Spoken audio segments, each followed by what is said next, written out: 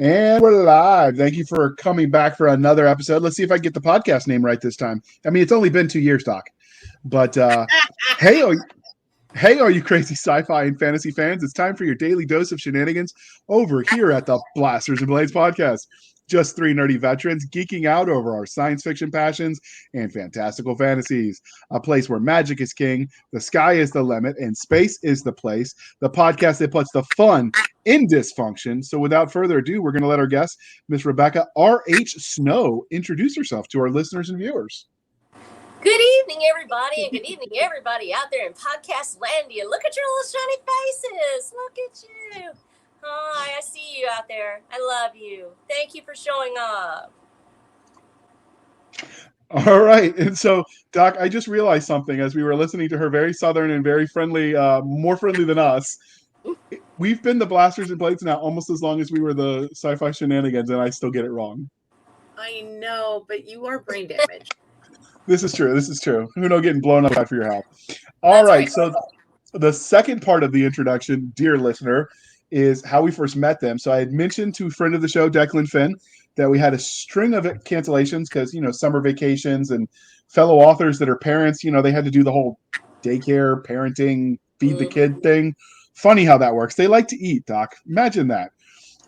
And so I made a comment to him and he's like, oh, I got you covered. Posted one Twitter thingy. And the next thing I know, I'm booked through September. So thanks for that, Declan.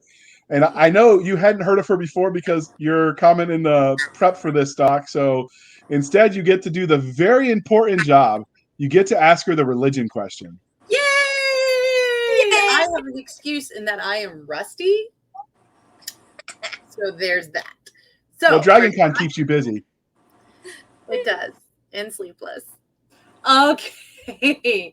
I went to the doctor and she goes, your blood pressure's a little high. And I went, this is the most stressful time of my year. Yes, it's a little high. Oh, I can drink it down if you'd like. She goes, no, don't do that either. She told me to come back in 3 months and she'll discuss it again. Anyways, so on to Star Wars, Star Trek, or Firefly if you had to pick. I've never worn the uniform. I love both. I guess that makes me Wars. That's Bi-Star, I guess is what it is. Bi-Wars works great. I like that one. Bi-Wars because so this is another horrifying thought for you to think. I actually watched Star Trek when it first came out. That's fine. And so I saw it on TV. And I was actually, at the time, I was deaf. I couldn't hear. My parents said no. I was actually lip reading everything. So Star Trek was scary as freak. Without any that blue dude at the end, I would cry and sit behind it. And I still was fascinated. I was so fascinated. Oh my gosh, I was so in love with Captain Kirk. And then later I ditched him for Spock. And Spock was my crush. And I worked my way through the entire group, even with Chekhov. I was such a, Chekhov's kind of adorable. I know. And nobody else ever says this. I loved Chekhov. Oh. And so I worked my way through this whole thing. I knew about, I was already a nerd. When I finally got my hearing, it was really cool because now it was in syndication. And I actually read James Blish's Star Wars novels that he made. I don't think they're that terrible. Some people rag on them. I think they're great. We didn't have all the fanfic stuff. We didn't have it in syndication at one point. So I read those books. My dad came home with a James Blish novel, and I ate it alive because I wanted this. And I'm still a little kid, but I loved Star Trek was my introduction probably to science fiction. And then in 1977, I watched Star Wars on the screen. And that was the first run. And it was a really weird time in American culture because the anti-hero, the guy that everybody just hates, he's like this terrible guy, but he's going to be the hero of the movie. Everything was really dark and brooding and the world is going to end. And there was all sorts of disaster movies and stuff. And then there's Star Wars. And Star Wars, I wrote about this on my Substack about the effect of walking in and you're not sure what you're going to see. There is no baseline for what it means to watch Star Wars. It was a space Western. And one of the reasons I love using the word sci-fi Western with my series is because that feeling of what Star Wars was, it was actually in the trailer, a space Western. So my dad's like, yeah, we'll go. All right. So here he is, the World War II veteran, and he's like, oh, you saw this really cool fighting and stuff like that. And he wasn't sure about it. He saw CPO, C-3PO and R2-D2, and he's kind of like, oh, this is going to be terrible. It looks, By the end, when they go into the alley to start shooting on the Death Star, and the guns are swinging around just like one of the big ships, my father jumped up out of his seat and was roaring. Everybody in the entire place was doing the same thing. Everybody suddenly rises up to their feet, and they're just shouting because there's this heroic moment that we talk about when we talk about those who serve. Those who know what it means when you get out there and you're doing something and you're trying to save the world, and it's going to mean that somebody's going to die somewhere. It's not going to be you today. And Han Solo comes in, let's blow this popsicle stand. He gets out of there. And my dad turns to me, and that's the most joyful I had seen him in 10 years at a movie. And he literally is just howling. He's so great. And I was like, this moment is stuck in my mind forever. They can do whatever they want for the rest of their lives, whatever it is they're calling Star Wars at this point. It doesn't matter to me because they cannot take away what I know is real and what is true about this. And that was that first epic moment when we actually see the hero come to life and the whole cast comes together, and this perfect little picture of what the hero's journey looks like. Everything right there. So I have to say that I cannot choose between the two. Call me a bi-wars person. I can't commit because they both mean so much to me as a person who's had a family in the who has been in the space program and veterans, people who have fought for this country, to know what it means that both of them to me hold that same level of adulation. And no matter what happens to the franchises, no matter who takes over and who tries to destroy or make it different or whatever, they can't change what it really is, because that's the epitome of it, the spirit of sacrifice and heroism. Okay. So Doc, that's the most detailed answer we've given. So basically what she's saying is they can't take the sky from her. No. Thank you. And Firefly is very awesome. Thank you. So I couldn't resist. I know. I'm sorry. Firefly is just fantastic. I'm almost going to take a guess at which one you like best now, but I'm going to let you answer. Or JR can take a guess. Okay. So Game of Thrones, Lord of the Rings, or The Wheel of Time? Lord of the Rings. The reason why, because it's original. Everything has its own special look, so I'm not going to denigrate the others. George R.R. Martin has done a fantastic thing, and actually his long-running series is something I've sort of based my series off of, that ability to have this epic scale and all of these things happening in factions and cool things like that. I love that scope of it. Wheel of Time, I haven't really gotten into it as much. I've heard a lot of great stuff about it. I know it's a good thing. But Lord of the Rings, reading it when you're coming through in the 1970s and you're actually reading it as an original work, and it really had just started to take off at that point. Prior to that, there were people who had read Lord of the Rings and people who had enjoyed it, but it was a very niche group. Literally, to come in the 70s and you're opening up your books and you're seeing what's available to you, and over here is this first edition set of Lord of the Rings. And they had just got the brothers Hildebrandt to do the illustrations, and here's these absolutely drop-dead gorgeous illustrations, just out of this world, incredible. And I fell in love with this one scene where it shows Galadriel and she's in the garden and everything's showing up, but at the same time she's this heroic figure that's not like you see her on the latest one, but she is who she is. She's Galadriel. And I thought, this looks like a great book. And I pick it up, and it still wasn't yet really that well known. And to read it in its original capacity as an original work, to be that groundbreaking genre that really takes over an entire group of books and makes it something new. It gives birth to that movement. So even though the others have wonderful things about them, they're fantastic works, I've got to give it to Lord of the Rings, because that same, I guess now you're going to see where that, for me as a reader, everybody has their own special thing as a reader that they love, that they really want to see when they're reading. The underdog's ability to overcome all odds, to fight against everything, even when it seems hopeless, to rise up above it and to fight back and to win, even if it means a cost to themselves, is a running theme in my life. And I love what it does in Lord of the Rings. The fact that there's that, and Tolkien's own, where it rings true for Tolkien, probably more than any other one, is that he also is a veteran, as you well know. and his experience on the battlefield as an ambulance driver, and have been a certified EMT in my past too, to know that when I'm hearing him talk, he's somewhere in his mind. It may not be an allegory. He may not have ever wanted to say, I'm going to write a book about myself. But I hear his voice, and I know what he saw. I know some of these things he saw in the trenches in World War I.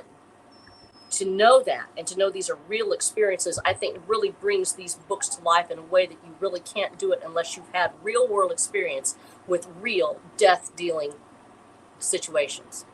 And he had it, and it shows up in his writing. Indeed, he has some interesting experiences. If you haven't read his some of the biographies on him, they're well worth your time, dear listener.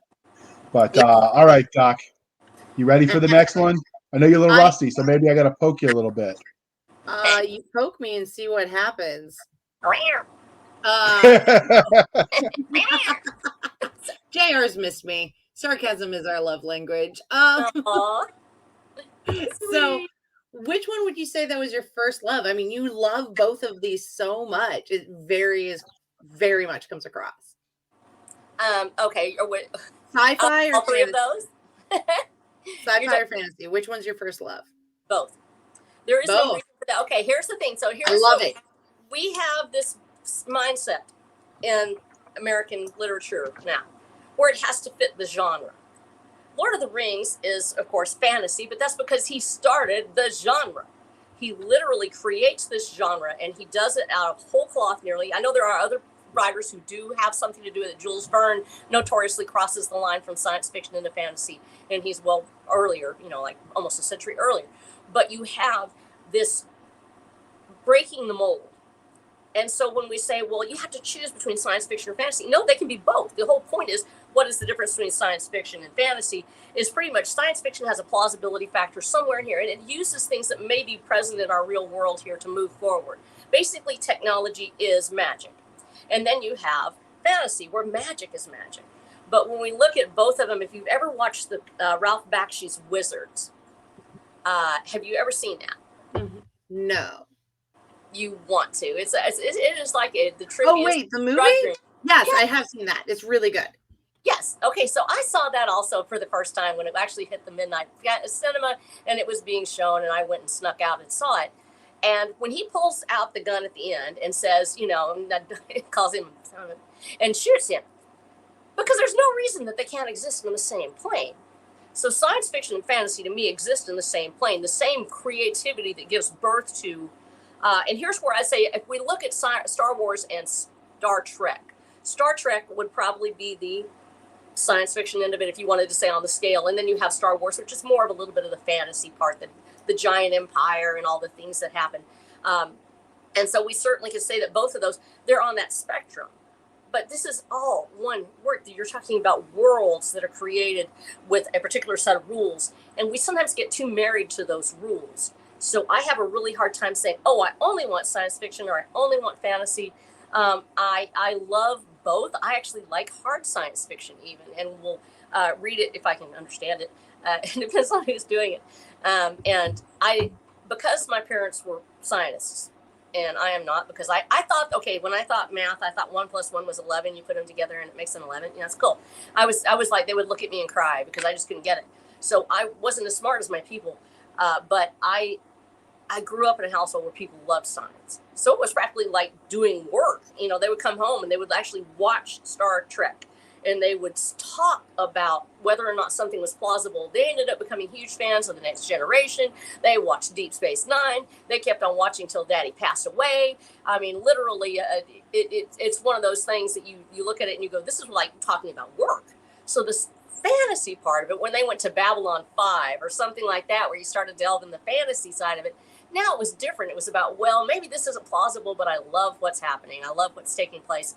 And the characters are developed and all these things that happen. So I know that makes me sound really wishy-washy. I don't ever see a reason why I have to choose to say I'm going to be married to a particular form and it can only take shape in one way, because that denies innovation in literature.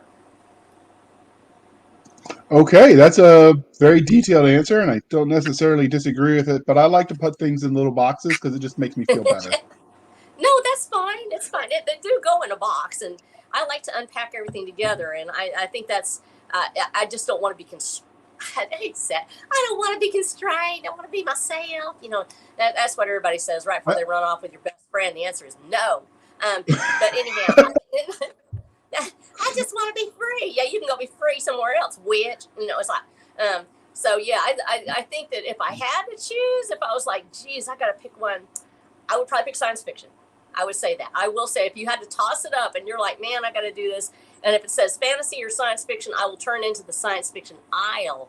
But then I'll look on the end cap to see if an elf is there in a spacesuit, because it would look really cool. Yeah.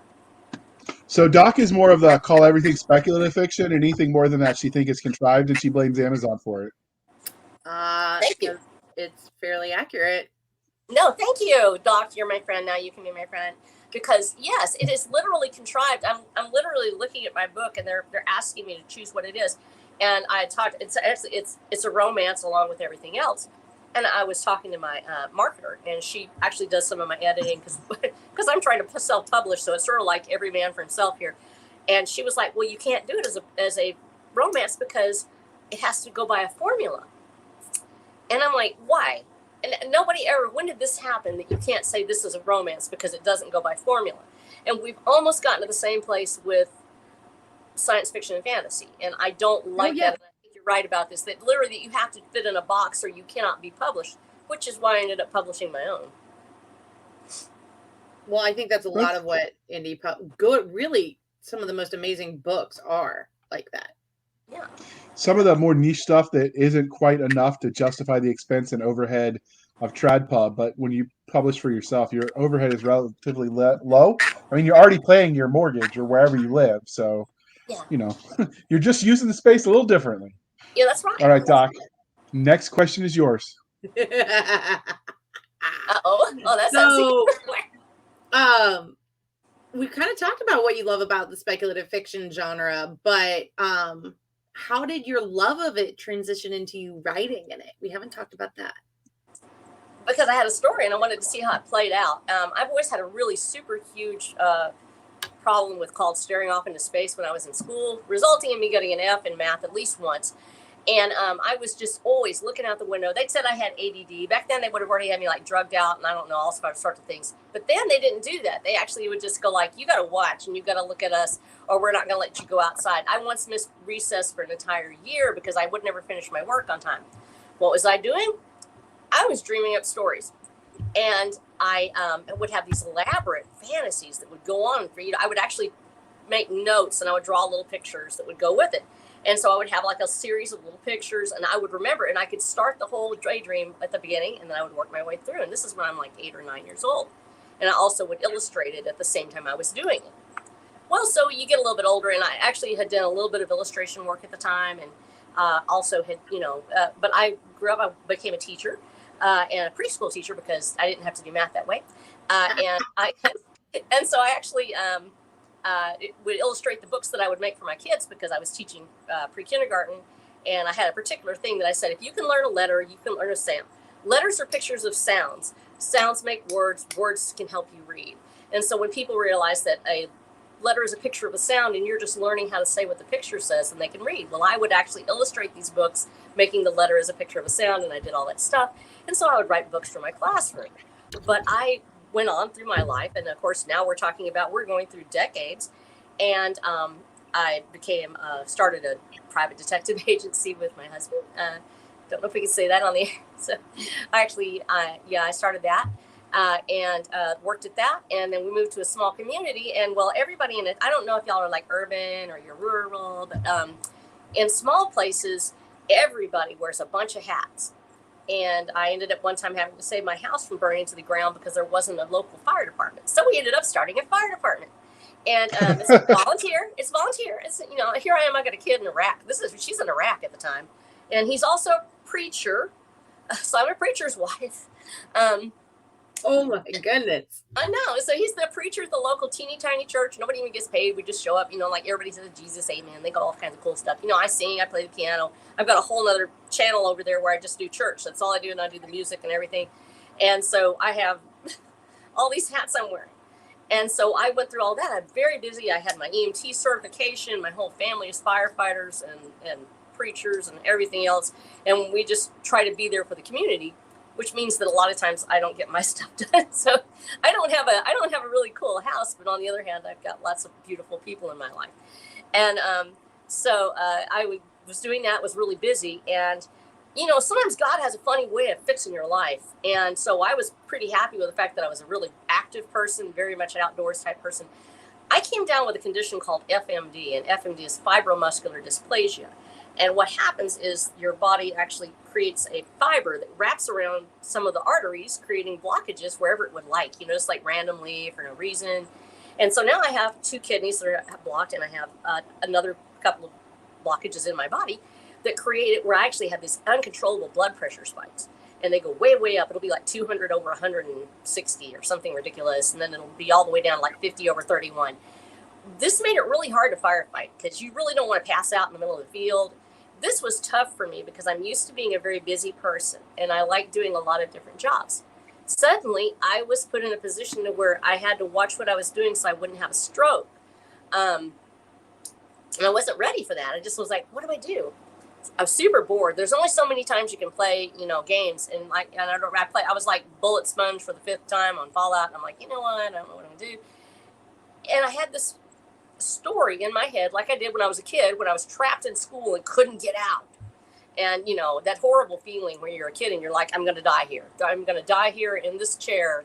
You know, Ms. Tunnel, God bless her soul, you know, is going over long division for my last time. I will not live through this. And so I felt that same way. I was literally looking out the window and I started with a story. And I was like, I should write this down. And so I did. And the first scene just came to me. It literally opened up. I saw it where it was. And as soon as I wrote the first scene, I knew what the last scene was going to be. And my job was to get my character and his world from the first scene to the last scene. And so I started writing. And what I've ended up with is a Game of Thrones level series. The first 6 books are already written. I wrote them during the pandemic, got them done, and printed out in less than a year. And Wow. Yeah, that's it's actually almost 1 million words. At this That's point. her slowing down, Doc. That was her slowing down to take it easy. Yeah, because I can't. And I also did 125 illustrations for it while I was doing this. And so we put all that, and they may not be really great. I'm not like, okay, there's some fantastic artists out there. There are some people that are just insanely good. I'm not that. I'm just your average little, you know, it sort of looks like a cross-up between, you know, Curious George meets Little House in the Big Woods or whatever. And I did it, you know. But my people liked it, so I was like, okay, I'll put it in there. So I started the series, and it's exciting enough when you're writing, you literally can't stop. You say, I want to find out what these people are going to do, because I put them in a situation, I'm thinking, there's no way they're going to get out of this. They're going to die. There's no way. No, they figure out a way. They're like MacGyver. They find a stick on the ground. They're like, I'm going to get out of here. I'm like, no, you can't. I end up like 2 a.m. in the morning. I'm still writing. Oh my gosh, she did it. You know, it's like awesome. I get to go on the adventure at the same time they do. It's amazing. That is the joyful thing about writing. So I guess we know she's not a planner, but she is definitely a pantser. Mm-hmm. I do have a arc written, and at the same time, I'm like, the arc's like 60,000 words long. It's just little pieces that I found later. So I didn't plan it to begin with. It's just I just wrote it out and it all flowed, and it'll probably change as I go too. So. Dear listener, we just want you to know this is her before she caffeinates. So you can just imagine once she caffeinates, that story will be done. Like what? Tolkien level novel? Tomorrow it'll be done. You're good. Thank you. Who needs sleep, right? No, all right. I sleep maybe 3 hours a night. I've always been that way. So we here at the Blasters and Blades podcast are proudly and enthusiastically a veteran-run organization. Organization makes us sound fancy, Doc. It does. We also like people... we like to ask people about their own experiences in the military, if any were applicable. And you talked a little bit about that, but I understand, you know, from what you said in the pre-show that you had a rather close connection with the military. So would you like to elaborate on that a little bit for the listeners? Yes, actually, my earliest memories, like I said, we're a military family. We've served. There's always somebody in the family that serves. That's what we do. And very proud, very much a constitutionalist. I love the Constitution of the United States. There's two two documents that I hold sacred. That's the Bible and the United States Constitution, and to protect against all enemies, foreign and domestic. And my father took the oath very seriously. My grandmother took the oath very seriously in a time when women didn't serve as much. She was one of the first women in the Air Force, actually became the Army Air Corps, and then she was at Lackland when they changed into the Air Force. And was very proud when my daughter joined the Air Force because of that connection. And just so proud of women in the military, knowing they do the job that they can do. Nobody has to cut standards. Nobody has to do these things. My people have been in the military since 1940. My women have been in the military since the 1940s. Nobody had to cut any standards for my people. And so I'm proud of my women in the military. I'm also proud of my family members, all of them, the men who served so proudly, many of them at a huge cost. My father struggled with PTSD all his life. My earliest memories of my father are I'm waiting for him to wake up, and mother taught us, don't go near the bed. Stay over there. And she was the only person who could come near him. And he would wake up and just in a cold sweat screaming. And he would get a hold of himself and he would finish it. And when he passed away, the first thing I thought to myself, it'll be the first time that he closes his eyes and he doesn't wake up screaming. And that he's finally in a place where it's safe. Knowing what the cost is of people that you don't sometimes see the cost. You don't see the scars. Having family members that went through that first deployment in Iraq in 2005 when it was so rough. And we have several friends of our family that are veterans, are very close and dear to us. And we see the cost and what it means to be.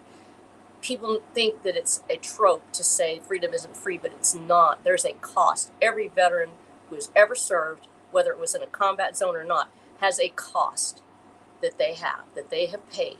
So I can stand here with you today and talk about my book without somebody breaking down my door and shooting me. So I need to say thank you for that. But I also want to say that it is a hard road, and family members serve just like veterans do. It's different for us, and sometimes they're not as appreciative. Family members can be tough on veterans, especially when they say, oh, why can't you be here for Christmas? Why can't you be here for something? Family members that know, that support you, that love you when you're actively deployed are pure gold, and they are worth their weight in gold. But there's also those who are there for you after you get out, the veterans, those people who know that it's not over for you till you finally go home to Jesus, and that sometimes you need an extra hug or an extra hand. And we want to make sure that everybody has those opportunities to know that there's nothing more beautiful than a person who would lay down his life for his friends, or for a woman who would lay down her life for her friends. And so we just want to say thank you for your service. So how do you feel like that experience, your relationship to the military, affects the way you tell stories? Do you think you ever draw on the people you knew or the stories from your family or just in general when you're writing? My stories actually, so many times I actually hear my father's voice. My father was an excellent storyteller. A little bitty guy, looked like Viva Zapata. He was detained at the border at least twice. He was like a little bitty guy, really tough as nails, maybe like weighed 105 pounds soaking wet. Got him when he was 15. He lied about his age. He was there before Pearl Harbor, and he didn't get out until after the Bikini Atoll bomb. So he saw some crazy things. He had so many stories to tell, and he loved oral storytelling. So he would tell these incredible stories about things that were happening. Now, here's the thing. True to a lot of people, and you'll know guys like this, he never told the serious stories. There was a bomb going off or something. He never told that part. He never talked about killing somebody. He never talked about it. He told the funniest stuff. It was just incredible, and it would always be so evocative. His language was so descriptive. He was never afraid to say to take what he needed to actually get the point across. And so he would have these wonderful stories that he would tell, and I was just eating it up. I loved it. And so hearing those stories in his voice about people, he never told me about his stuff that he did. He would tell me heroic stories about his friends, the people that he lost. It was his way of making his peace with the ones that he had to leave behind, was to keep them alive through storytelling. And so he did. And he would tell stories about somebody doing something to save someone else, or really, honest to God, this is not a trope, of people who would throw themselves on a grenade to save the others in their unit, or somebody who went and jumped in the water because his friends were in the water and they can't get out. You know what? You're going to die, but at least we die together and no one will be alone. These are real. This is not a trope. Oh, someone made that up because it sounded good and they put it in the propaganda. He was there and I heard him. Those storytelling voices, that love of the real that's in every ordinary human. We think of being heroic as somehow that you have to have royal blood or you have to have some special touch come to you. He was just a boy from Texas. He was a kid. Heroism is born out of heartache and struggle.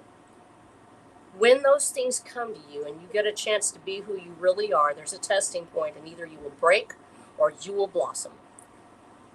Those who break are not to be ashamed. There'll come a point of healing and a time to try again. But for those who persevere to the end, there is a prize. And that struggle to overcome is core to the series. The idea that you're not coming from a place of privilege and you're not necessarily a horribly beaten down victim. Instead, it's you are who you are. You have a story and you have to overcome in order for you to become the hero you're meant to be. And that's not just for the main character. It's every character in the series has something they are going to have to overcome. In fact, one of the things that we do, my family has also worked with and struggled with addiction and recovery. And we talk about it honestly in the book. We have it as a ministry in my church. And we talk about the fact that here we have a main character who has substance abuse issues and is going to overcome. But how do you do it? And how do you do it realistically? And nobody really wants to put these in their characters. This struggle to overcome is not just about, oh, I've just got to get to the sword and I can hold it up and I'll suddenly be made whole and I'm going to take over the world. These tropes of a very young person who's able to do all these things, who has never known struggle or heartache or had their heart really broken, except for maybe they're an orphan. For some reason, they're all orphans.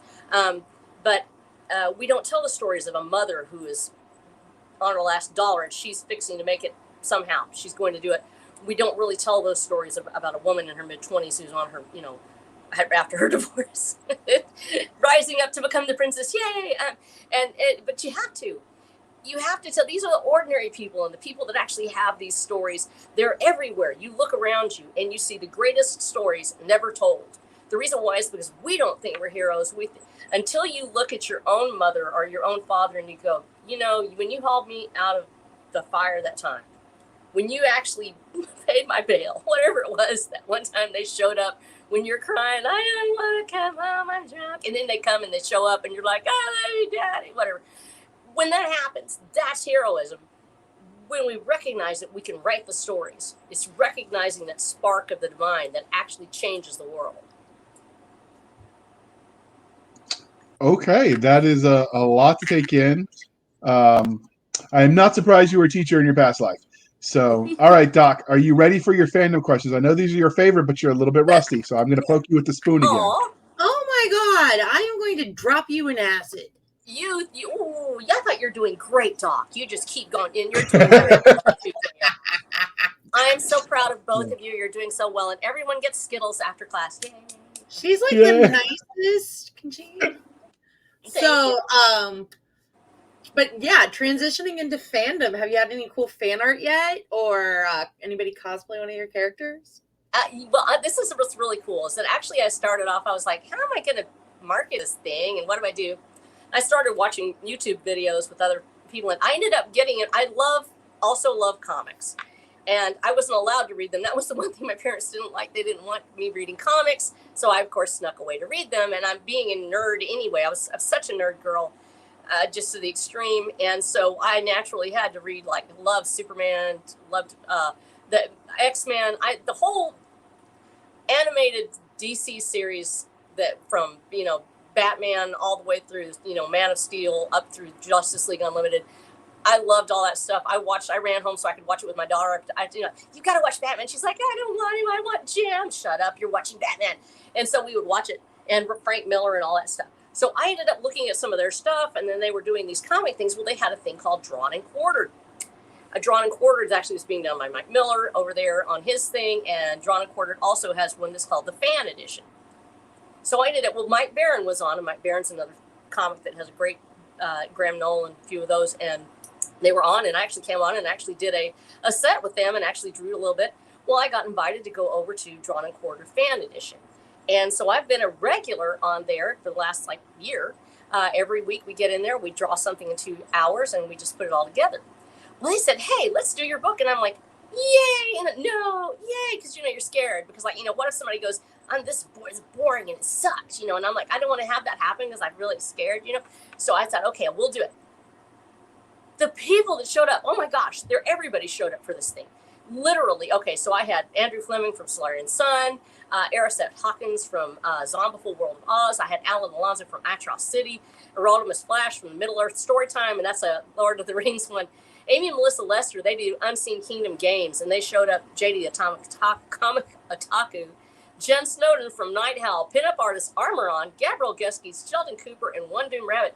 These people all showed up, and I'm like, what do I do? And so I just stuck a couple of just my regular art on, and then I did a couple of covers from my cover artist, Laura R. Morris.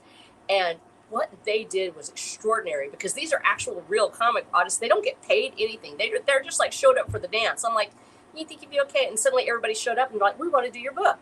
And I was like, holy cow, this is not it's not like, I love it when a 4-year-old does something for you. You stick on the refrigerator and it looks like garbage or whatever. You don't care. To the end of time, it's going to stay there. These are really good. These make me look like such a rank amateur. And it was, oh my gosh, I was blown away. They did one of my main villains is a very well-built and buxom blonde. Well, not blonde, but she's bald at this point, but she's a mutant. But Armoron did her like a pin-up, and she was so drop-dead gorgeous that I still can't put her on my church page because my church ladies will tell me that she's too buxy. But they did the most wonderful thing with it, and it's literally comic book level art. And because of that, I got excited and I wanted to do a comic book of the series. And so I'm hoping I'm going to be able to do that. And I'm looking for some artists. And when we get a little bit further down the road with my second series, I'm going to try to see if I can start that with a Kickstarter for the actual weekly or episodic update that we'll have for a comic book series in the works. That does sound... I don't know what I was talking about now. That's great. I mean, we've been all over the place, but so what was it like the first time somebody asked you for your autograph? It was thrilling. Okay, so I had my book table set up at a book fair, and this is a really teeny place, so everybody knows everyone anyway. So it's really hard to go out and go, hey, I'm just shopping and I meet random people, because literally my county is as big as most people's towns. It's like 20,000 people in the whole county. So everybody knows everyone. If you walk out of your house, if you sneeze, people are going to know. And so it'll show up on Facebook. Miss Becky sneezed. It's film at 11. And so I haven't been out as much because I've been sick. And I thought I'm going to make a booth for my book fair. So they had it, and I went out there, and it is just melting hot. Oh my gosh! It was like the sun was beating down, and my face was falling off, and it was like just rivers of water everywhere because it was so steamy and hot. And I go swaggering over there, and I'm like, I'm going to sit down in my little booth. Oh, my goodness. These ladies start coming up. They're like, wait. I said, wait. I don't know. Have you ever seen a group of ladies, and they make this noise when they get together? I don't know. Maybe they go, wee, like that. And there's this wee sound that goes with it. And they literally just started running towards me like little geese in a duck. And I was like, what the heck? And they ran towards me, and they were holding up my book. And I was so serious. They already had it. She already had it. And she wanted me to sign the entire series for her husband that she had bought it for. She had not bought it from my book, but she bought it from the Amazon, and she ran up to me. She didn't even know I was going to be there, and she brought this thing up and started squealing. And I ended up signing 6 books for her, and I was so excited. And she was with the fire department from down the road or something. So that was the most amazing thing to me, that somebody actually knew who I was and wasn't just being nice about it. It's like, oh, sure, it's Becky. Tell her you'll buy it. Then we're going to shred it. It's like, it'll make good fluff for the chicken pen, or something like that. I didn't want to do that. So, yes, she was really excited, and so was I. All right. Well, we're going to, I don't know how we trump that. And the poor person who sponsored this episode, they're going to feel like we cheated them. But, yeah, it's we're going to pause while we shamelessly shill for the man. Sorry, Katie. Hey there. This is author Katie Cross. I'm coming at you with an offer for a best-selling fantasy audiobook titled Flame, and it's totally for free. Here's a little bit more about it. Dragon servants Sana and Isadora Spence live deep in Leadham Wood, where persnickety dragons and wars on the borders are the least of their worries. Thanks to years of simmering tension, the hidden village is destined to crack, and soon. Sana's deep love for the giant beast causes her to make an irreversible mistake, while Isadora's disinterest in the dragons leads her to a fateful decision that will change the course of the entire world. Can the sisters prevent everything they know from falling apart? Or do they allow it to break and pave the way for new growth? Join the beloved sister witches in Flame, the first book in the Dragon Master trilogy. Just go to www.katiecrossbooks.com/flame-audiobook to get your free copy today. All right. Thank you for sticking with us through that commercial interlude. There goes Katie taking my money again. Yeah, Yay! she's We know, well. At least that one you can get for free. we know the first book is free, but that's like the first hit is free. We just know I'm buying all of it. She's a good drug dealer. Bookseller. So obviously, we've talked about how we've talked about you as the nerd that you are, and everybody loves a good nerd. But now we're here to talk about specifically the book that we got you here. So, we're going to talk about Transmutation Texas, which is book 1 of the Watcher of the Dam series. So, where did you get the premise for this universe? It sort of grew itself, and it was really weird. But let's go ahead and let's visit a place in our mind, a place everyone loves to go, and that's called Weird in a House. Okay, so let's go to the weird place. Have you ever heard of the Georgia Guidestones? I have. I live in Georgia. Got blown up recently. Okay, so in this case, I knew about the Georgia Guidestones back when they were first put out there because they just showed up one day like monolithic, like, ooh, and there's these things there. So I've known about it for years. Always found the premise very fascinating and a little weird that you have like, hey, let's make sure we just chop down the world to like 500,000 souls or whatever. Let's all get ready, and what would happen? And you would have this sort of a global society of people that would all be saving the earth, and wouldn't it be great? Well, what if the Georgia Guidestones had come true? But what if a corporation was the ones that did it and they totally foobarred everything so bad that nothing could be possibly salvaged from it, and yet they would try, of course, because nobody ever gives up in the corporate world. They just keep trying to take over everything. And so that is the general premise of the actual world itself, is what if the Georgia Guidestones actually came true and the people who wanted it got everything they wanted? And so we end up with that world, a world that's been virtually depopulated by a very well-meaning company who's planning on saving the earth and instead screws over humanity so totally and completely that there's no way possible to possibly save it unless a miracle happens.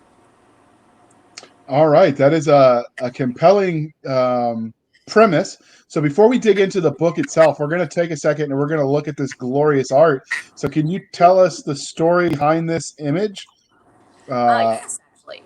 So I'm going to switch out. This is the cover, dear listener, and I'm going to switch out to just the art at the top because she was nice enough to give us that so you can actually see the image.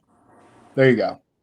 Now, this is actually one of the first concepts arts that was done by my cover artist, Laura R. Morris. And who also is, by the way, is my daughter. So the whole family's crazy. And yes, and she came up with this incredible concept art. And I had already drawn a few sketches, and I was like, this is amazing. This is actually based on a scene in the book. And it's in the second book, actually, believe it or not. I had already written the book at that point, and I had, in Six Gun Shiva, there is a moment where everything, absolutely everything, is on fire or burning to the ground, and out of the smoke and the haze and out from under the moon as it cracks through the shifting winds comes the Watcher. And of course, he's hacked off as he can be because he's not a happy camper and he's fixing to kick some butt. And so I had this image of that particular moment, and I told her about it, and I was like, I want to sort of make this come alive. And man, it didn't take her 3 days. Just like to go, oh, I've got it done. It's fine. It was there. And he's perfect.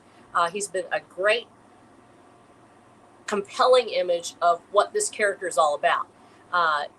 This character is a very dark character. He's not a typical hero in that respect. In fact, he usually doesn't see himself as an actual hero.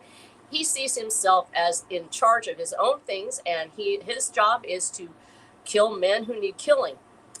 And loves what he's doing, loves his job. But he also has a deep-seated urge to protect what needs protecting thanks to his own background.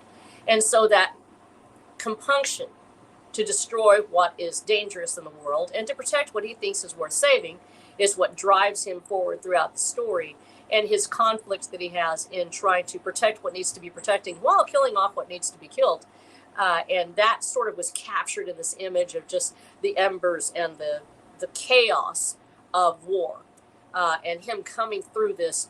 And I say war, it's a wonderful Old West style shootout, actually, and he's coming through out there, and he is after somebody in particular. He's going to help someone. That sounds... I love the art. Your daughter did an amazing job. Thank you. They're all, every one of them is like, this is the most colorful. I look at it compared to other stuff. There's one thing about it. I can see my books from half a mile away. They're like, the colors are like, wow. And that's awesome. She actually, she would actually learn this style from, she went downtown to the Arts Magnet School in Dallas, Texas. And we had these wonderful, out in Little Mexico and the places that were surrounding it in the downtown area, these wonderful Latino murals and things like that. And the art that was down under the passages where they had the graffiti art and all this stuff. And so she incorporated these colors and those styles into that. And that really pervades all of her work. And it's just fantastic. So now that we've gushed on your daughter, can we get the 30-second elevator pitch for your book? Oh, yeah, I guess so. I guess I better go ahead and roll on down to it. Here we go. In a world gone viral, a hero shall arise. Join the revolution with Watcher of the Damned. The happening wreaked havoc as humanity got a hard reset from a gendercidal virus. And for transmutated survivors like the Watcher, life in post-apocalyptic Texas just got a whole lot bloodier and a whole lot lonelier. In a cyberpunk Wild West gone awry, the Watcher was a rebel without a clue under the system. A brutal high-tech construct, engineered to serve the enlightened and oppress the damned. But that's all about to change thanks to a cheeky chaos agent named Rose. Now the Watcher must lead a revolution to save Rose from the system he helped create, or Rose will die and humanity will die with her. That sounds... wow. So yeah. What that makes your series unique? I mean, I'm definitely picking up on some, but like, what is it that you feel really makes it so standouting? That's not a word. Sorry. It's all right. Stand outy is very good, and I like it. It's stand outy because it actually believes in a lot of the things we've been told we're not supposed to believe in anymore. Now, I know it sounds tropish, and you can go ahead and blame that on old age or whatever you want, but there is such a thing as freedom, and there is such a thing as sacrifice. And there are such things as men and women who feel like they have been wrung out by life. They have put themselves out there. They have done everything absolutely that they can do, and they still feel like they have sometime been crushed down to the bottom of the heap. These are not children who are coming out of their little nest like you do in Fallout 3, where you're literally 19 years old and you fight your way across the wasteland. These are people that have already been through the mill, and they've fought so hard that they don't know what to look forward to anymore. They feel hopeless. They feel like there's nothing that can change their way that they're in. There's nothing that can change their life. And from that position of hopelessness, you keep your eyes open. You keep watching. One day the miracle comes. You have to have that hope. Otherwise, there's a thing called death, and it's a spiritual death that happens for us all. But that is the thing I think that's so different about this story, is it's not taking it from the blossom of youth, and I'm going to go create myself, and it's going to be great. These are fallen men and women, actually, who have lived their lives, have been crushed by their own circumstances. They feel like nothing is going to change this world. I can't make it another step.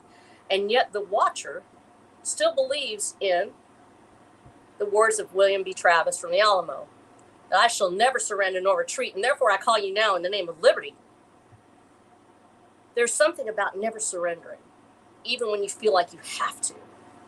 You have to be in a place where you understand what it means to be so tired and so sick of what's going on that you wish you could surrender, and yet you can't because you've got something that's driving you forward, and that's the hope that there will be a chance to be free, whether it's you or someone else.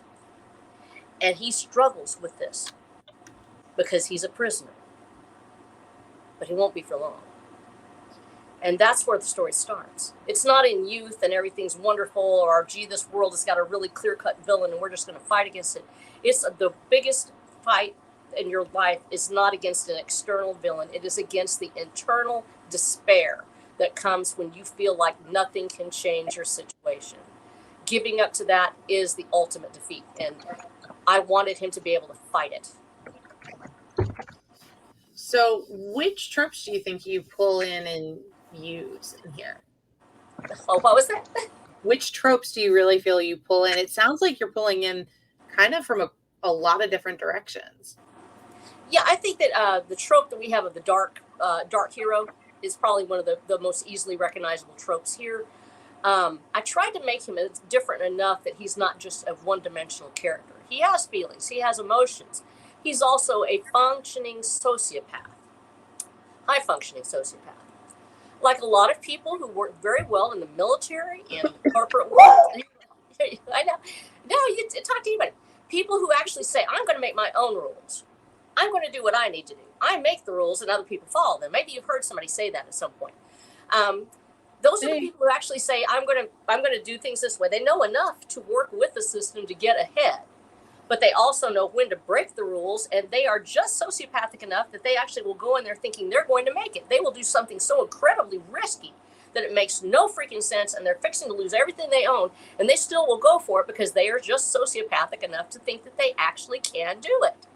They really do believe they can get away with it, and because they believe it that hard and they actually have got a little bit of intelligence, they can do it. Those people work very well in society as long as they have a particular set of rules that they will follow. And if they have a certain code of conduct that they will follow. And so he is actually a sociopath. And we don't have very many heroes that are actually sociopaths.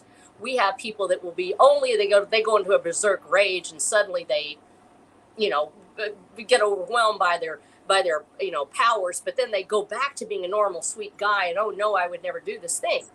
This is a man who loves killing people that need being killed because they have done something wrong or they have threatened somebody he loves or do things that he thinks are absolutely on that spectrum of needing to be wiped out from the face of the earth.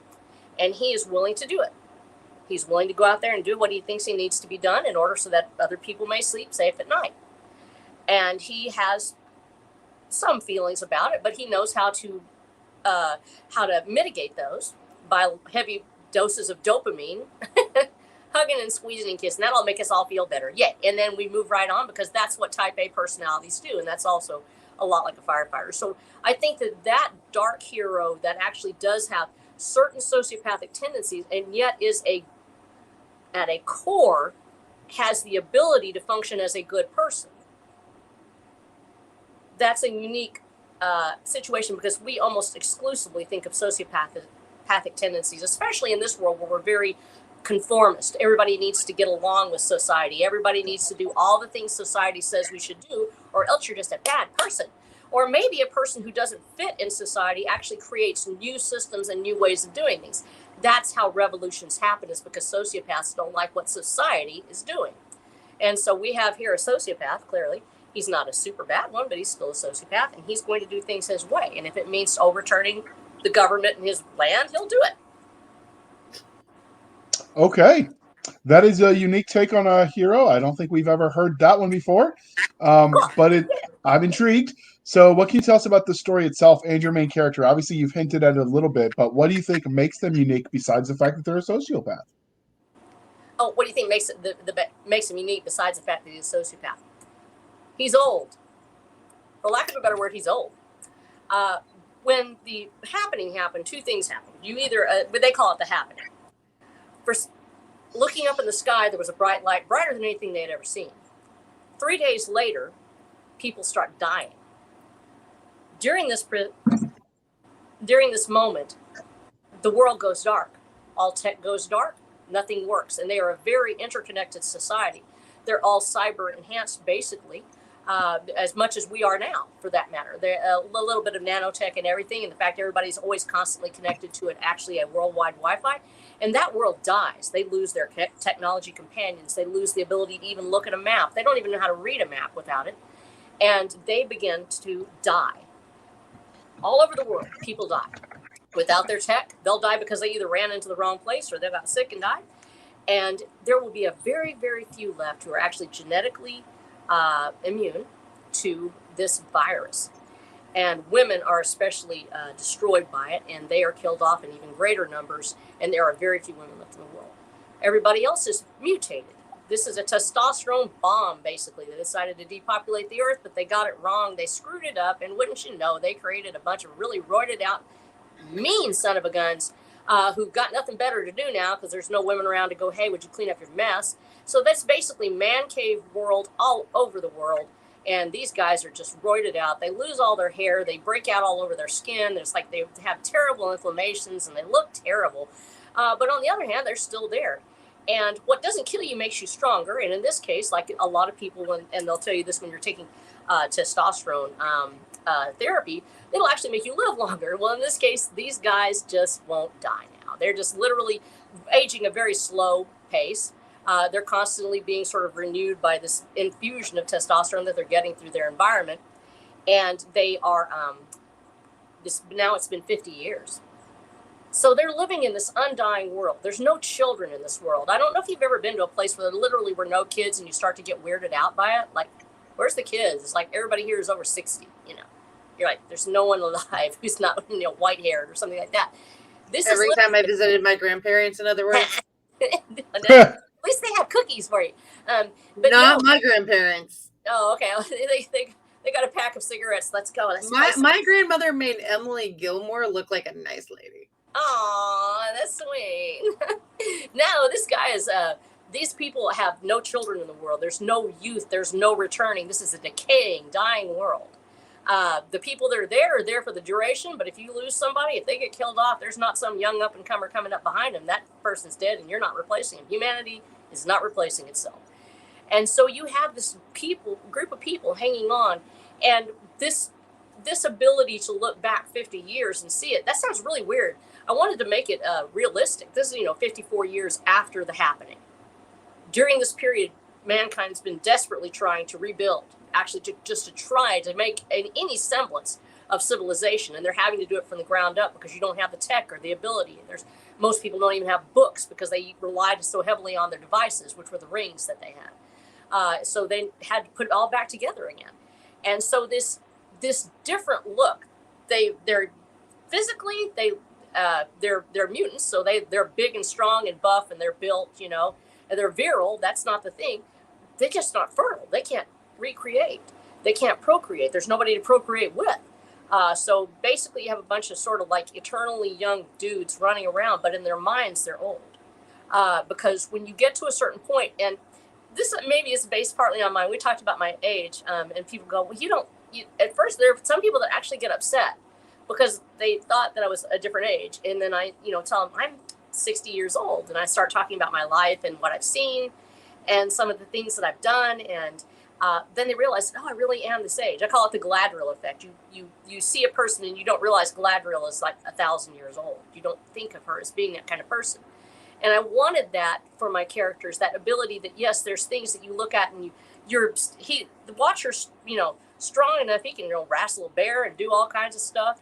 And he's not decaying like he would normally in a state of age.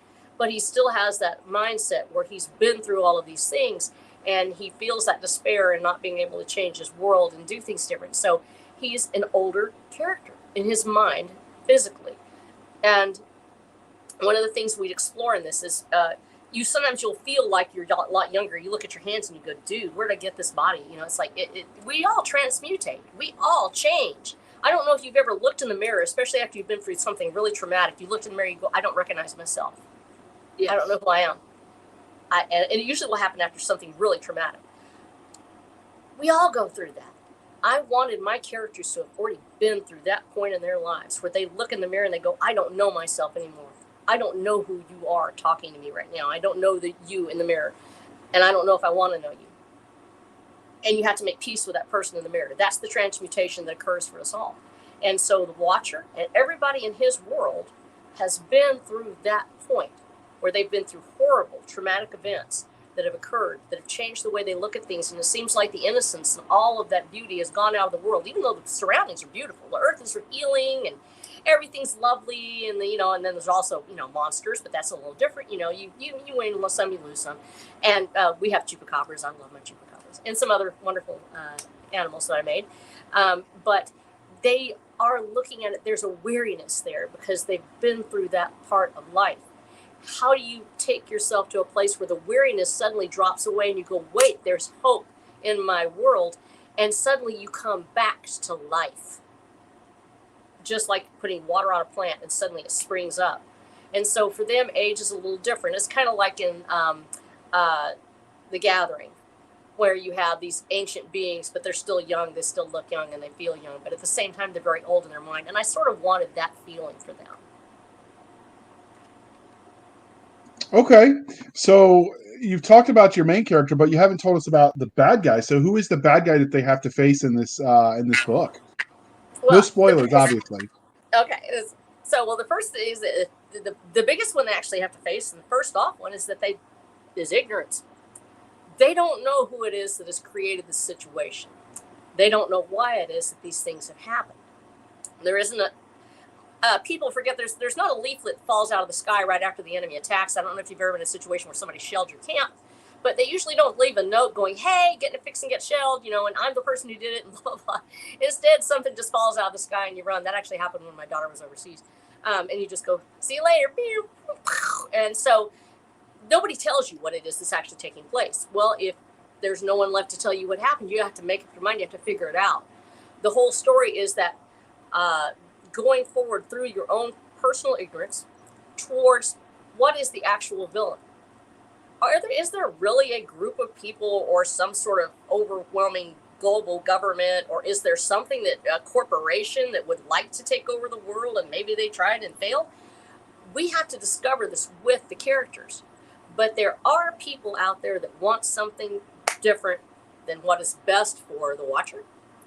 There are people who feel like the Watcher owes them his labor and his time, and that he really doesn't matter. And he begs to differ. There are several, let me put it this way, because it's really hard to talk about it without spoilers. Because of that situation of a lack of knowledge about why the world is the way it is, the Watcher spends his first 2 books discovering the mechanism behind the world and being led into a path of enlightenment by others who are seeking to change the system. And so we will start off by saying the system is actually your enemy in this case. It's not just one person. Very rarely do we ever have just one person rise to power and go, I'm a villain. And then you have to go take out that one villain. I don't know if you've ever been to a war, but they're always like, hey, there's the villain. You take him out. There's always like 20 other people right beneath him that are going to go pick it up, and they move right in as soon as you get finished with them. No, because you're actually not dealing usually with a person. You're dealing with a system of some sort of oppression.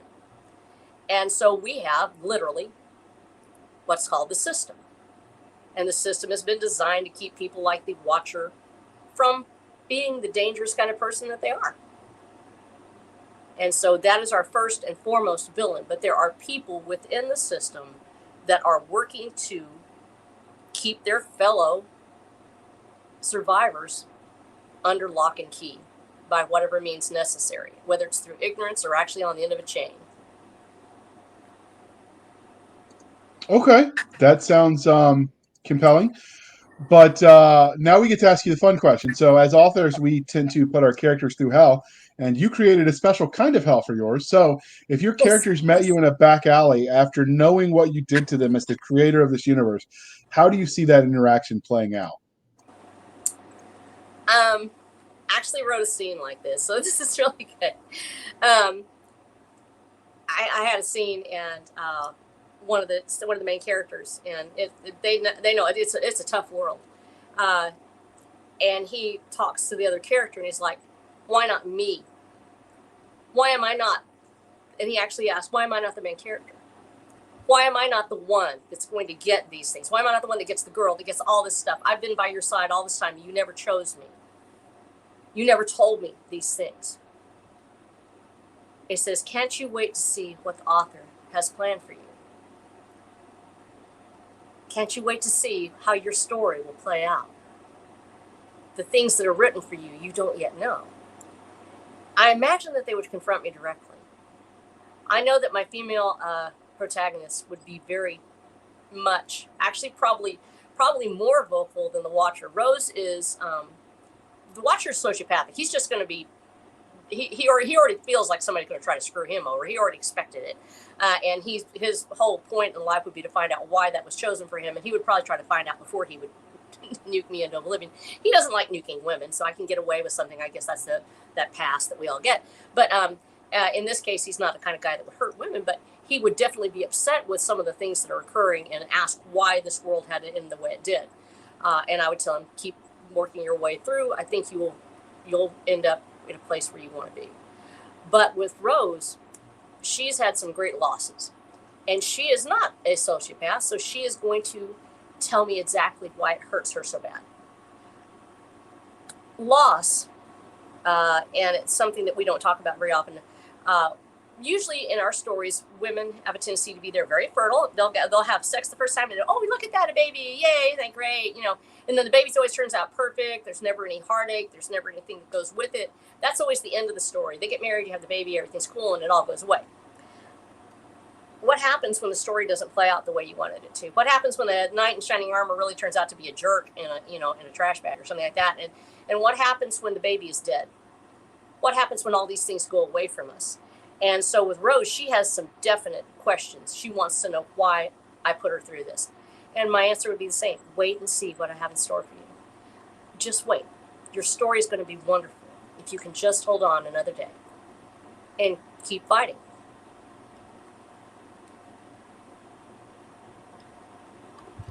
Well, that's probably the most serious, deep answer we've ever had to that question. Sorry, thank you. I don't know if that's great or not. No, I think it's great. So we've talked about your characters. Were there any scenes that you didn't put in the book that you think you're going to save for next time? Yeah, well, actually, I've already started on the second. There's 3 story arcs. There's a Watcher, which is Watcher the Damned, Watcher, which is the first 6 series. And then there's Watcher the Damned, Wanderer, which is the second of the 6 series. And then there is Watcher the Damned, Warlord. Warlord is the 3rd and final series in the arc. And I've already started on the 2nd series. And so I've actually done that where I take scenes and I'll write them and I go, wait, this just can't go here yet. It's not where it's supposed to go. I'm going to boot it on down the line. But as I was saying, my characters, because I'll start writing and they will just start talking to each other. They'll start arguing about garbage. Have y'all ever been like with a group of people and you're supposed to be doing something or everybody's going to die, and instead one person wants to argue about the exact way that it's supposed to be done, and if you're turning it in triplicate or whatever it is. Okay. It wasn't death, but it definitely, death could have resulted if they kept it up. Yes. And so this one person will be like, no. Okay, no, so literally they'll be fighting with each other. They actually are sitting there and there's like a chupacabra on somebody's face, and they're like, grab the stick. No, get the stick because it'll just break, and he's tearing my face off. And they will literally talk through this thing, and I'm like, you know what, this conversation isn't really going to be going on. I would let them go on for like 3 pages just because they would work out their problem. Then I would cut out the internal dialogue, take it all the way down, and meanwhile it'd be like one paragraph, but the dialogue is still there. It's just been moved. And so they have talked a bunch. They have talked about some really deep personal stuff. I hate to throw it out because I mean, there was one point where literally like Rose was like confessing her love for mayonnaise or something. I don't know. And I just let her go on for 3 pages. I know, I'm sorry. So, and she was, and I was like, I can't throw this out, but I don't know what to do with it. So I'm going to end up with basically the Cimmerillion, except it's like people arguing about who gets to ride in front of the horse or something like that, Put those on Patreon. I personally think something's wrong with her if she loves mayonnaise. Oh no, that wasn't it. Just because that's the only thing I think of without making a spoiler. Oh, I'm being silly. Oh, that's fine. I wasn't going to say what she really said because then you'd know what the book's about. Well, keep your secret, so we just buy the book then. No, okay, well, yeah, she's not your usual little heroine either. She's very experienced. She's a very innocent person in some ways, and she's always done what she thought is the right thing. But let me say it this way. What she has been taught is the right thing is not necessarily the conventional Western way of thinking is the right thing. As a result, what she thinks is the most holy and wonderful church type thing you can do is probably not what you would normally do in church. And so she has a very constructed religion. It was actually created to keep them all under their thumb and to make sure that everybody does all the right things that their overlords want them to do. As a result, she has a very skewed vision of a religion, and she very much is a very, very ardent and religious person. They just happen to have a very weird set of rules, and she follows them. She's very careful about it. She wants to make sure she's a very good girl. It just so happens that she's a very bad, good girl. I might have known a few of those in my day. That's right. Theyre, nobody wants to know about that. All right. So ask her about her creatures. Wait, that sounds like it. Never mind. Just that you have some creatures in your universe beyond the chupacabra, things that you've created, which I love that you put the chupacabra in because thank you. Fun. So can you tell me a bit about what it is you did to create those creatures? Did you let nature guide you?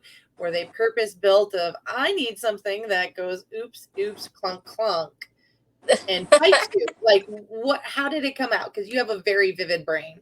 Oh, thank you. I appreciate that. I'm glad it still works at this point in my life.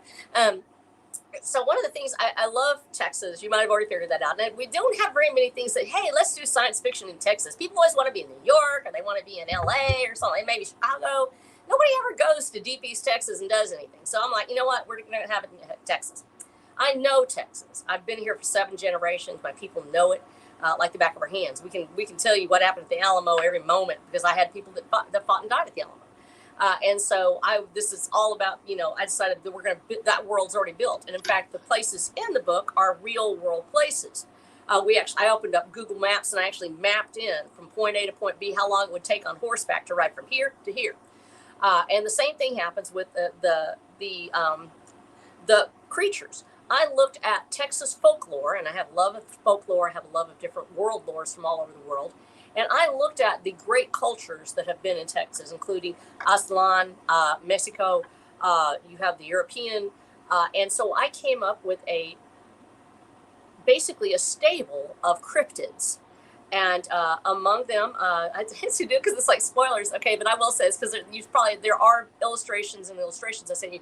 The feathered serpent, which is, of course, the Quetzalcoatl, which is a sacred beast. And it just so happens that somebody out there really loved to try to create these things because there's a certain mad scientist, and she is very, very dedicated to making wonderful creatures, and she just loves it when she makes something absolutely horrifying out of nothing. And one of those is the feathered serpents, so the Quetzalcoatls, the chupacabras, of course, of Texas fame.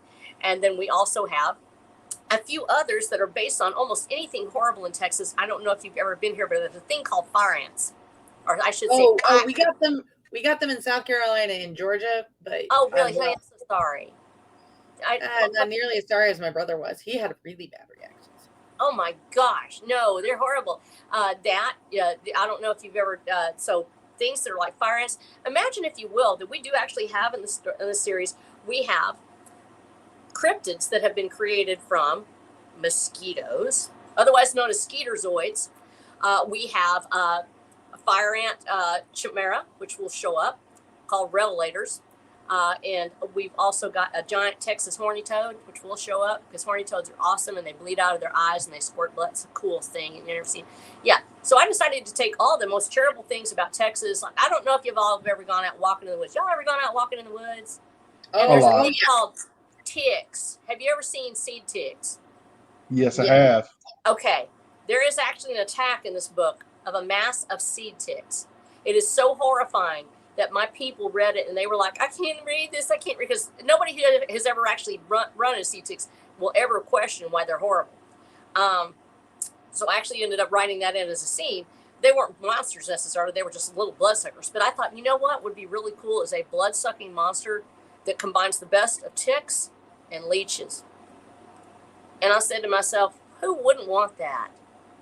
And so it does show up. A squeech is what is called the squeeches, and they have to run from the squeeches. And them suckers are like 4 foot long, and they got that little mouth that's like, and it comes out and it just sucks on you, your blood, and it just throbs and pulses and it balloons out. It's a great. My husband threw up when he read it.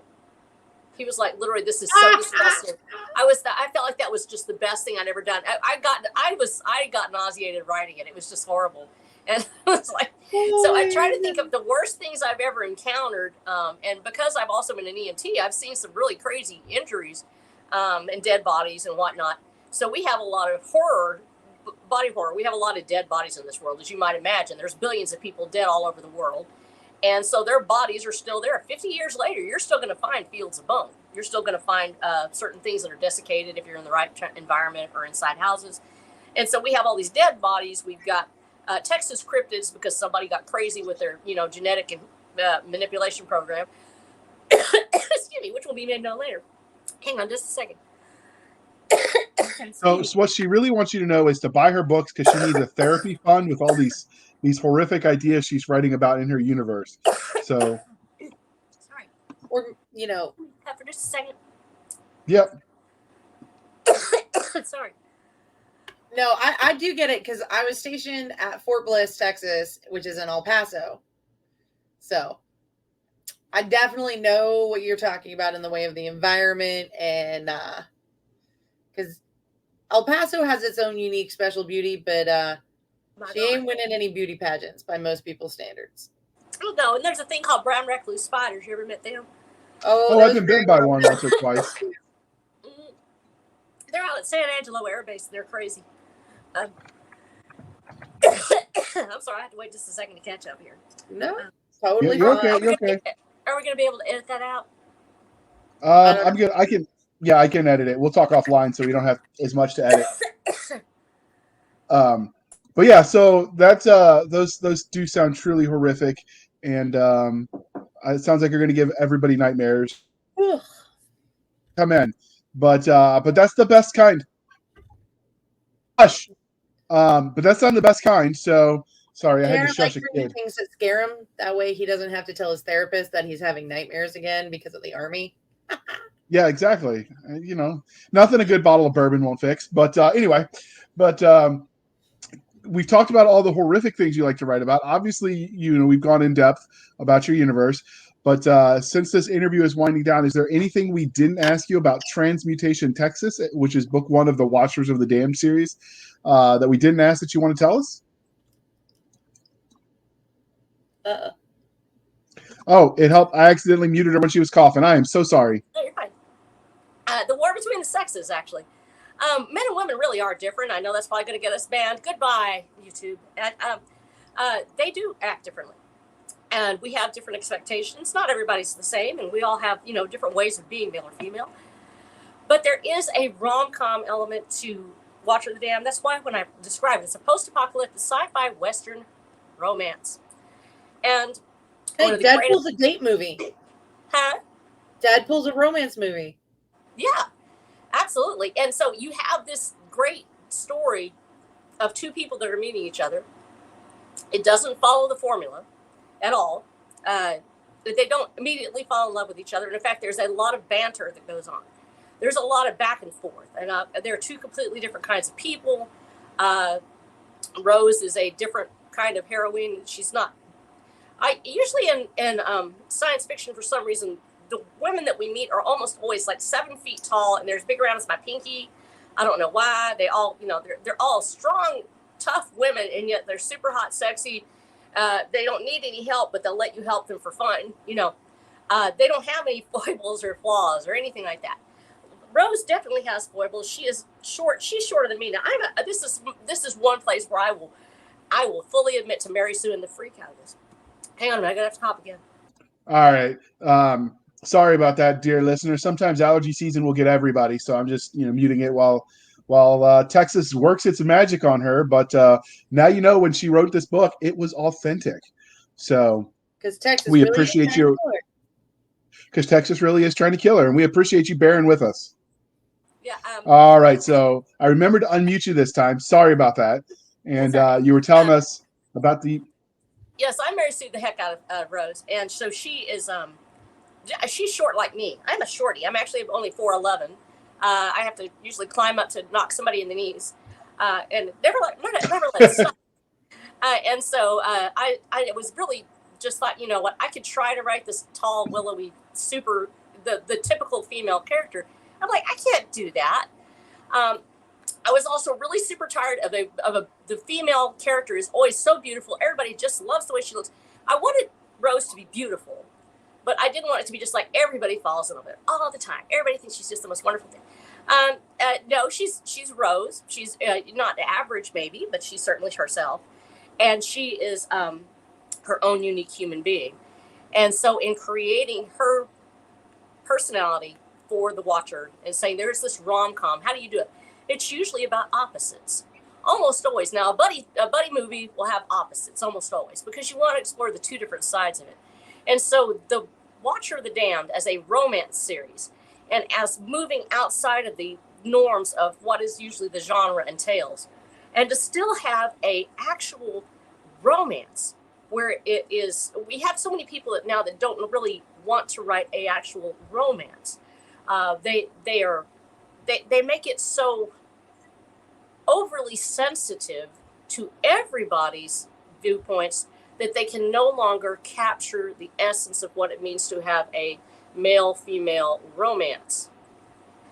As a result, they lose that dynamic of dominance and submission, and from both sides, they lose that ability to face off as male and female, and you may be big and I may be little, but we're going to come head to head somewhere and we're going to figure it out. Even if you don't think I'm being tough, I actually can be.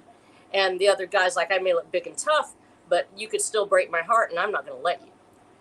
And that part of coming together and actually allowing the other person into your circle enough to trust them that you can open yourself is that intimacy, I think, that's missing so often in romance. And so that part of it that's beyond sexuality, the sexuality is part of it, but there's something different about it. And I read a lot of things where it has sex in it, where there'll be people interacting in a physical way, but there's not that romance that actually sparks off the imagination. And I wanted that in this story, and I feel like I did a great job with it. And that's me personally hearing from women and men who have read it. I had a very good response from men who read this, who loved the romance in this, because it didn't diminish the male lead. He didn't become a simp or decide that he's going to let her do everything. He does struggle with this because here's this cute little person that she feels like she could probably get away with almost anything. And he still has to be himself. He still has to do his job. She also is not a person that's just going to roll over for him because she's got a job she wants to do and she wants to go do it. She wants to be a hero in the story. She may not be the most physically capable person, but she has her own role to play. And so these two people coming together and having that response from my readers that they loved it. When I had a romance writer read it and she said it was the most romantic thing she had read in years, I was thrilled because I felt like that's what I wanted to hear. When men can read it, women can read it, and both of them say, this is romantic. I was thrilled because that was the greatest point I wanted out of this book. Okay. So is this available in an audiobook as well? We're actually working on that part. We actually have a podcast that I put out per week on that time frame. I have 8 episodes already out because being broke, I couldn't afford to get an Audible book done yet. And so I went ahead and I just started doing it. I have a weekly podcast about 30 minutes long, and it's usually a chapter from the book. So it's actually in serial form. It actually is done with, usually I'll have a one start, and it'll go through to the sort of a little cliffhanger ending. And each time we have our own music, we have the opening and the closing of it, and we just roll right through it. And so we're putting it together, and it actually is available. I've seen it on Audible as a podcast. So I'm assuming that people can click on it from there because it shows up under Audible. I don't know how. But so we did include that as the Audible book. We will be actually cobbling that together as soon as I finish the first book of Watcher of the Damned. We'll be releasing that throughout the year. And then as soon as I finish that, we are going to pull it together to make the Audible form. And so that will probably be available by next year. But the podcast... That's a neat way of doing it. Yeah. So we already have the podcast there, and it's available for you now. And it's on my website at watcherthedamned.com. anchor.fm/podcast. Okay, that sounds interesting. And what would the age range be for readers of this book? I talked to my marketer, and she said PG-13. It is. I would be really careful with any children in the middle school range. I don't think I would probably share that with them. The themes are very dark. They are graphically described. I am a very and we'll go into this part to talk about it. One of the things I have on there is there is sexual violence in this book, because this is a real world, and women have struggled with sexual violence since the beginning of time. It's not going to be glossed over. I usually don't describe in detail the actual attack, but I do talk about the trauma and the emotional damage that occurs with those things. And so when I talk about somebody after an attack or somebody that's had their leg broken, I talk about it as it actually looks. I don't like to glorify violence. I do like to highlight violence so people will know what it actually is. As a result, this is a very dark book. It deals with dark themes, including addiction, sexuality. It deals with war and bloodshed. And so I would say definitely PG-13. All right. And this is the point of the interview. Dear listener, why I remind you that you have a part to play in this ecosystem that is the book world. So please be kind and speak your mind on the reviewing platforms. Your reviews help the right readers find the right books. And rumor has it, when she gets her 100th review, she gets a unicorn. And she's from Texas, so she wants to know what a unicorn steak tastes like. It's what they do. This is like fun. All right. Okay.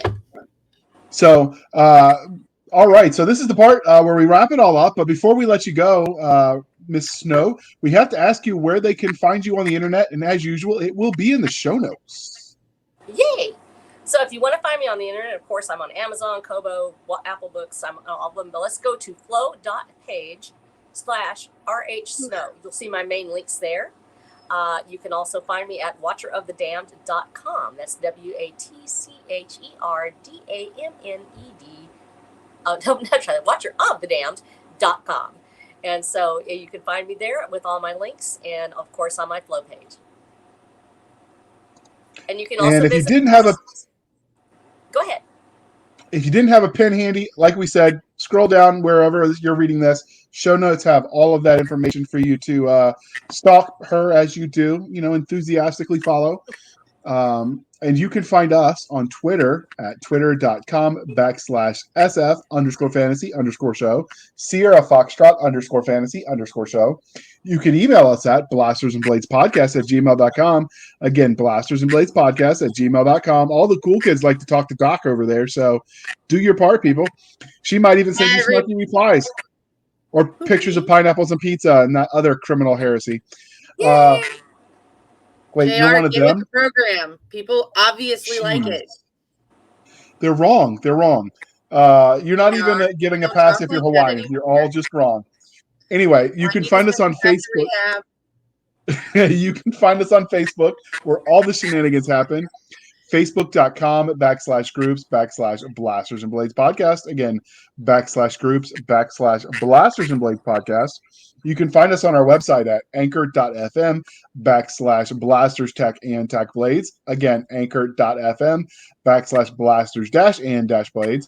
You can also support us there for as little as 99 cents a month. You can help keep the lights on, or you can support us on a more direct manner, either reoccurring or one time, over at buymeacoffee.com/author J.R. Handley. Again, buymeacoffee.com/author J.R. Handley. Be sure to put in the comment section that it is for the podcast. I promise I will keep my co-hosts, Doc Cisca and Nick Garber, duly caffeinated. They will drink until their liver explodes. God.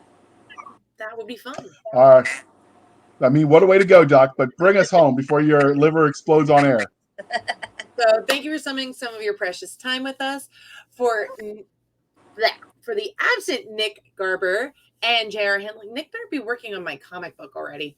I'm what? Yay! You have a comic book. No, I just tell him he has to be making me a comic book. I have no idea what it would be about. It'd be violence in short people. That's right.